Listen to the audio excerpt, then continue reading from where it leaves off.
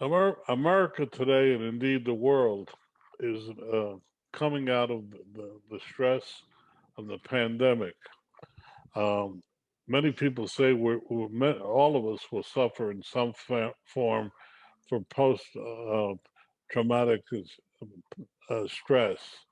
With us is perhaps one of the world's greatest authorities on it, Dr. Randall Bell. He's here to talk about that in his new book, and I, for one, am really looking forward to hearing from him. Dr. Bell, welcome aboard. Well, Don, it's an honor and a privilege to be speaking with you. Thank you. Well, I think the honor belongs to us. But tell us first a little bit about your background, then a little bit of what you're doing in your new book, and finally a website where people can learn more. Well, sure. I grew up in Fullerton, California, a little town just north of Anaheim where Disneyland is, and did the normal things and grew up and eventually went to grad school at UCLA and then went after that to earn a PhD in sociology. But my career is unique, Don, because I studied disasters. I've studied disasters for decades, going back to the 1980s. And at this point, I've studied thousands of disasters. Cases of mine include like the World Trade Center and Flight 93 crash site, Hurricane Katrina, the Bikini Atoll nuclear weapons test sites. I worked on OJ and John Benet Ramsey and a score of famous crime scenes. And Don, what basically happened was I worked on these cases and I still work on them today as an economist, but I get to meet the people behind the scenes, behind the headlines, and that's giving me some unique access. And I found that the people are far more interesting than the statistics. So it's been a passion of mine for years to, talk to these people and try and figure out, because what I've noticed is that in the aftermath of a disaster or in the aftermath of a tragedy, there's some people that dive. The tragedy really takes them down. I'm not trying to be judgmental, but that's a sad reality. And then there's some people that survive, they get back on their feet, and that's really admirable. But the people I'm most fascinated with are those who thrive in the aftermath of a disaster. It's as if the tragedy kind of woke them up and woke up their spirit, and now they're just doing phenomenal things with their lives. And so for 10 years, I've been working on this book, doing enormous amounts of research. I have a research firm, so I have a little army of people that look up the books, the articles, and all the academia of post-traumatic stress disorder and trauma recovery and those kinds of things. And I came up with the title Post-Traumatic Thriving because that kind of describes what can happen when a tragedy happens. It doesn't necessarily need to take us down. If we go through steps that are proven by science, we will thrive. And then I interweave the book with a number of friends, some who are very well known, but I know all these people who are big time thrivers. So that's the elevator speech. And my website is drbell.com, and I love the conversation about thriving and trauma recovery and healing and that kind of thing. Well, you've come to the right place to talk about it. Having covered 14 wars, I've kind of looked at things. I always use the line from Jean Anelou's play "Tiger at the Gate." Man's great um, uh, gift is he can look at tragedy from the terrace. In effect, let things go.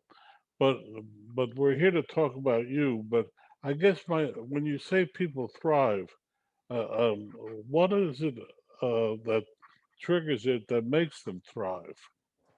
Well, that's a great question, Don. I think the simplest way to put it is just a conscientious decision to say, hey, the people that thrive, the common denominator is they work through the process. They don't try and do the classic mistake, which was a mistake I made with my trauma. I was born with a congenital heart defect, and I had open heart surgery when I was 11 years old, and that for a little guy was very traumatizing.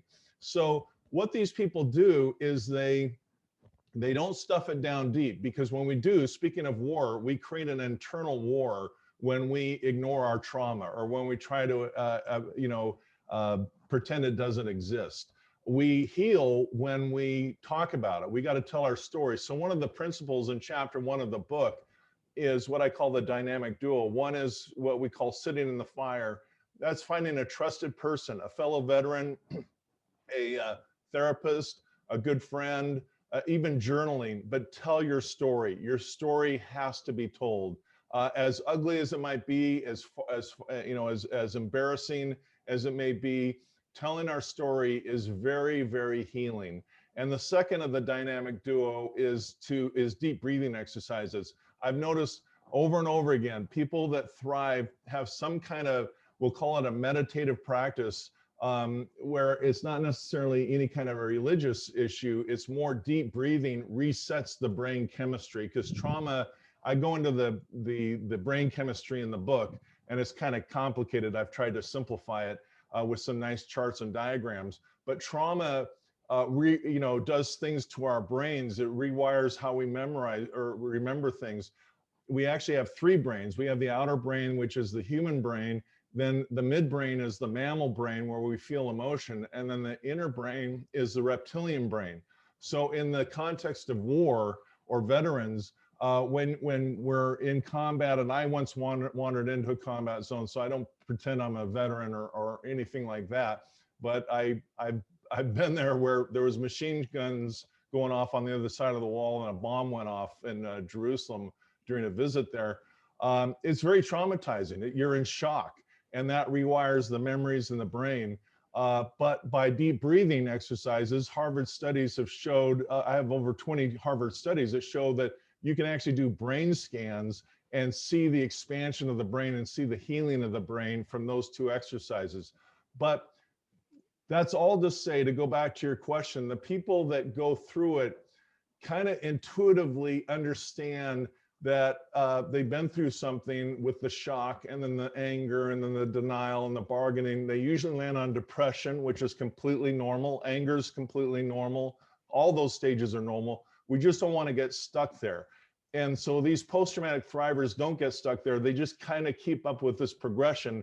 But you do that not by ignoring these stages, but by dealing with them head on, and then keep moving up through the 15 stages of trauma recovery. Well, it's interesting. I've dealt with it all my life, and I've seen. Um, I talked once with a general from the Joint Chiefs, and you may be aware, in Vietnam, they rotated people out individually rather than units, and they really felt that part of the problem was the fact that in World War II, units rotated out, not individuals, and Mm. hence people had the ability to share their common events. But in Vietnam, did not do that, um, and that's what he felt was one of the main. He felt there was a greater incidence of trauma in Vietnam than in World War II. Mm. What do you say to that? Well, actually, Don, I didn't know that, and that's very interesting, and it reconciles well with the process I go through with the book and my research, because I would say the same thing, only a little differently, is that trauma recovery is not a solo exercise. You have to accept the help of other people. So what you described is really brilliant, because if you feel alone, if you feel isolated, and there are people around you that can't relate to what you've been through, that keeps the trauma, going. Frankly, in the second edition of the book, with your permission, I'll probably add that comment, because that's exactly right on the money. Trauma recovery is a big deal. It's the difference between diving, surviving, or thriving, and and the more we can look at the science, and this is a big part of it, is to accept help. Eat the humble pie, accept help. A lot of us don't want to accept help. We want to figure out the directions for ourselves. We want to do everything. We can do it by ourselves. That's not the case with trauma. You've got to accept help from the therapist, the friends, the comrades, the colleagues. That's how we heal. I couldn't agree more. It's just, for instance, in the Civil War, if you want to go back that far, you may not be aware, but they demobilized um, regiments and companies together. But anyway, so that's something we can talk about. But it still doesn't answer, I guess, the real fundamental. To me, what is the fundamental question that you brought up? Some people survive it and thrive, and other people don't. They fall apart and never. How do you identify that if you can identify that? Yeah, I'll put a little more meat on the bone with answering that. The studies into happiness, and which correlates with thriving, shows that 50% of happiness is our DNA. It's just what we're born with. I happen to be lucky in that department. I was unlucky with the heart condition, but I was lucky with the DNA. My mom said I was born smiling, but some people are not. Some people are more somber and more serious, or depressed even, and that's totally normal. We're born with that DNA, and there's nothing to be ashamed of. It is what it is. 10% of our happiness, believe it or not, just 10% are incidents that happen to us. So whatever that might be, whatever might traumatize us, that's 10% of our happiness. But here's the key, Don, is that 40% of our happiness we do have control over. We can't change the 10% of things that happen to us. We can't change our DNA, but the 40% we can change. And the thrivers know that, intuitively know it. And that 40% are our activities that we choose. So in other words, the person who gets stuck in their trauma, they listen to things that I'm saying now, or they listen to other people that are saying the same thing. It all comes from the same body of science. And they say, oh, deep breathing exercises, that's interesting, but that's too simple. That doesn't work for me. My trauma is too special, and that won't help. Let me just say on that exercise, baloney. I do a lot of volunteer work up at San Quentin Prison in Northern California, and we have criminals coming into the class, and after 2 years of what I'm talking about, they walk out the nicest, kindest gentlemen who have taken full responsibility for what they've done, who I've seen many times break down like babies crying with remorse of what they did.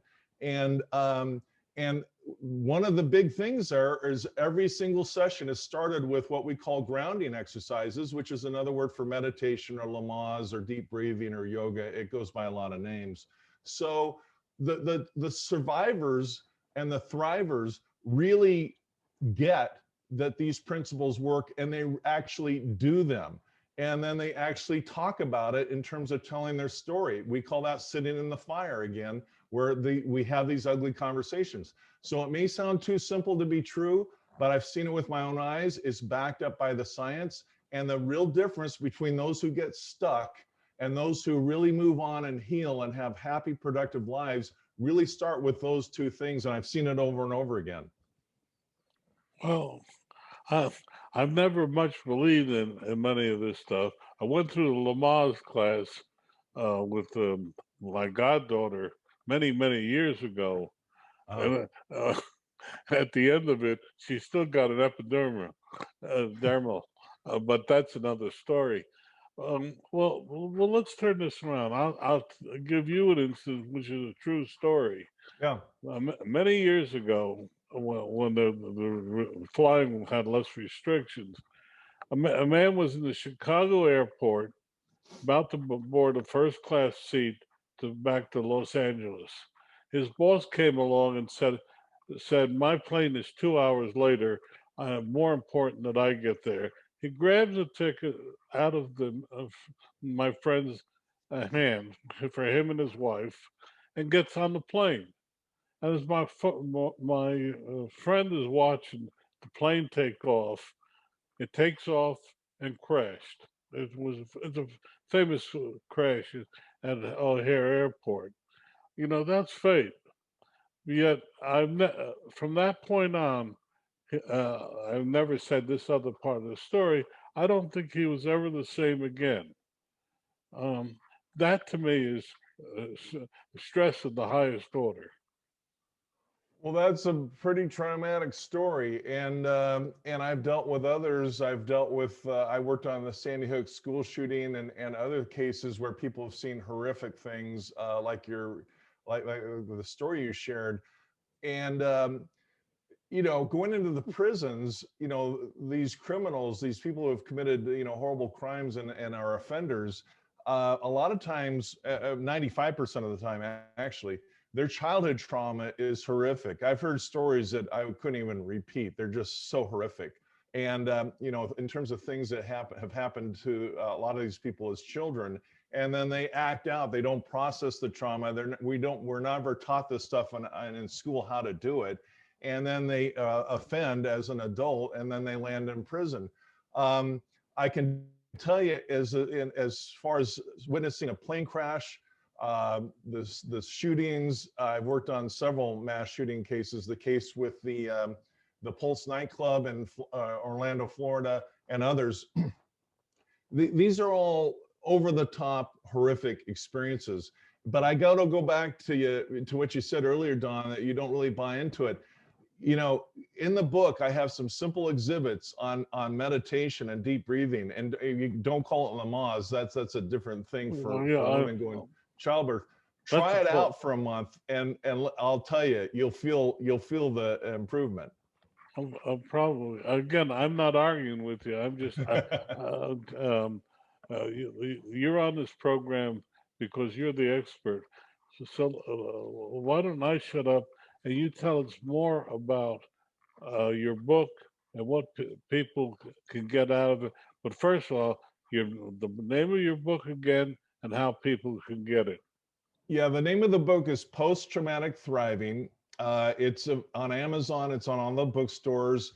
And I am not doing this for the money. I'm doing this because I feel a personal responsibility that I've had this unique access to these disaster sites all over the world. I've been to 7 continents, 50 states working on disasters since 1986. So I don't know what that math adds up to, but it's a lot of research. And and you can visit me at drbell.com. But in post-traumatic thriving, there's 15 chapters, and if you like, Don, I'll kind of give you a glimpse into all 15. Please. And you can kind of see the process of how that works. It starts with shock. Some disasters are chronic and some are acute, meaning some kind of linger over time, like you're in an abusive relationship or you're in a war, it's day in, day out. Or some just come and hit you, like your friend who witnessed the plane crash. That's just an instant that can change your life.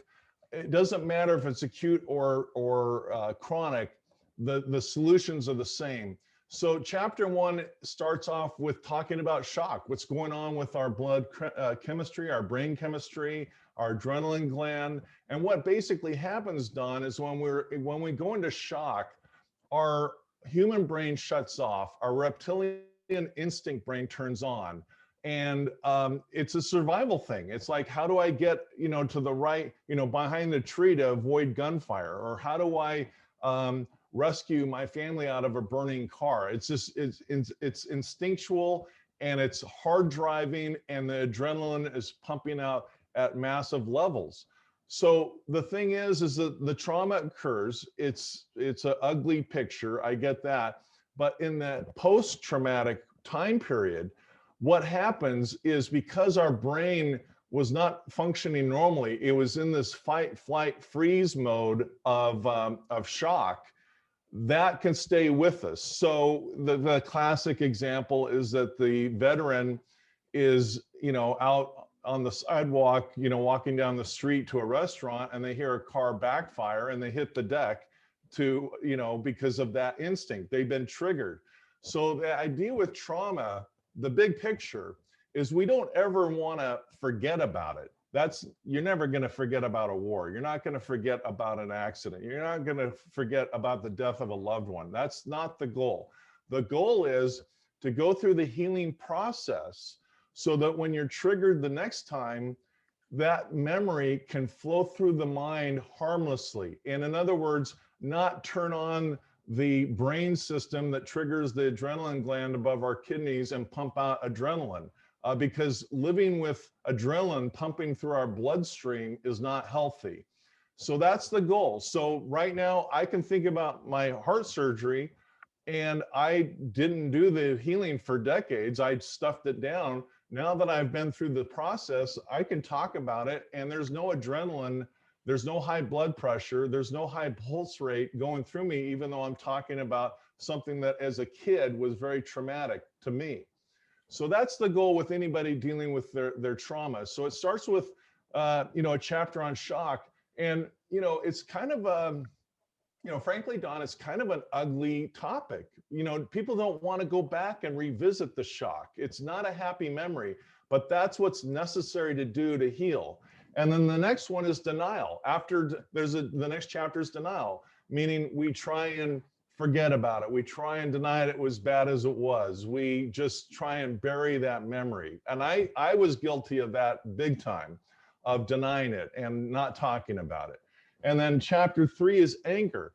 And a lot of people feel guilty over anger, and they shouldn't, because anger is a totally normal emotion. As long as you're not hurting someone else, as long as you're not hurting yourself, anger is totally fine. And so I say in the book, if you're mad, be mad. If you're angry, be angry.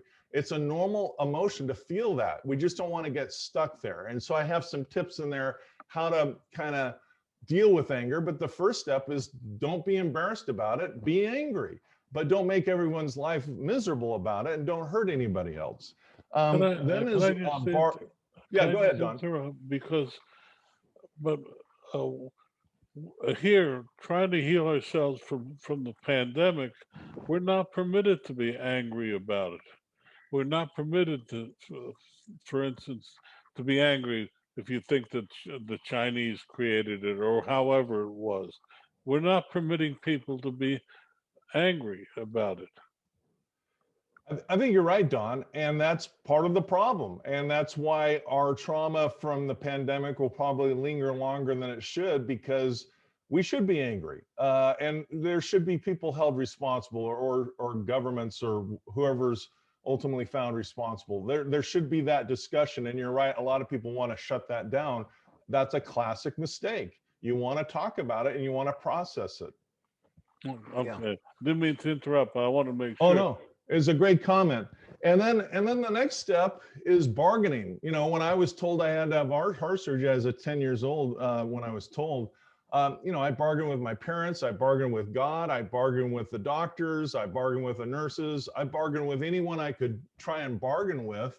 And it, frankly, bargaining can work sometimes, but for me, it didn't work. I still had to, go into the hospital. And then ultimately you land on depression, where you're just, down. The rule of thumb there, Don, with depression is that if it lasts for more than 2 or 3 months, you've absolutely got to seek help. That's where we go back to what I said earlier about a solo exercise. It won't work. You've got to seek help. And I did, and I'm not bashful about admitting it. In fact, I'm quite open about it because it worked. It helped me through that depression and kind of move on. So that's section 1 of the book, those 5 stages. And we go into the detail, lots of charts and exhibits on how this all works. And we want to kind of read a chapter and think about that stage so we can process through it, with our emotions. That's stage 1. Stage 2 is survival. We've gone from dive to survive. The first thing to do to survive is really confront things. Like you were just saying, confront who's responsible for this pandemic, confront your abuser, confront your leaders, confront whoever caused facilitated the trauma to happen, and have some enough self-respect that you don't bury it and pretend it didn't happen. You confront it. That doesn't mean you become a jerk and start going off on people, but there's an honest discussion. Hey, this happened, and I was traumatized, and having those open conversations. There's open and there's closed systems, and there's open people and there are closed people. We got to go from closed to open to really kind of have a healthy discussion and say, hey, let's talk about this. And then the next one is kind of the title of the chapter is Sort Out. It's basically you untangle the mess. And maybe some good things happen from the war. Maybe some good things happen from a trauma. Maybe there's some good things that in my case with my heart surgery. So I'm 62 years old and my heart's in great shape now. So you untangle the good from the bad and you kind of sort that out. And then the 8th chapter is really kind of the most fun. It's exploration, where you explore different things. Maybe I ought to take up a hobby. Maybe I should start volunteering at the homeless shelter. Maybe I ought to, join a church or join a sports club or whatever it is. But you start exploring new things to get interested in. And then the next one is acceptance. That's just kind of the character. That whole chapter is about the character to hold yourself and hold others responsible. In other words, I might not be responsible for my trauma that happened to me, but I am responsible for taking charge and healing and doing the research and figuring it out so I can kind of move beyond it. And the final chapter 10 in survival is awareness. And that's just kind of a mindfulness that we have an inner strength that we didn't realize we have there. You asked a couple times, what separates the divers from the thrivers?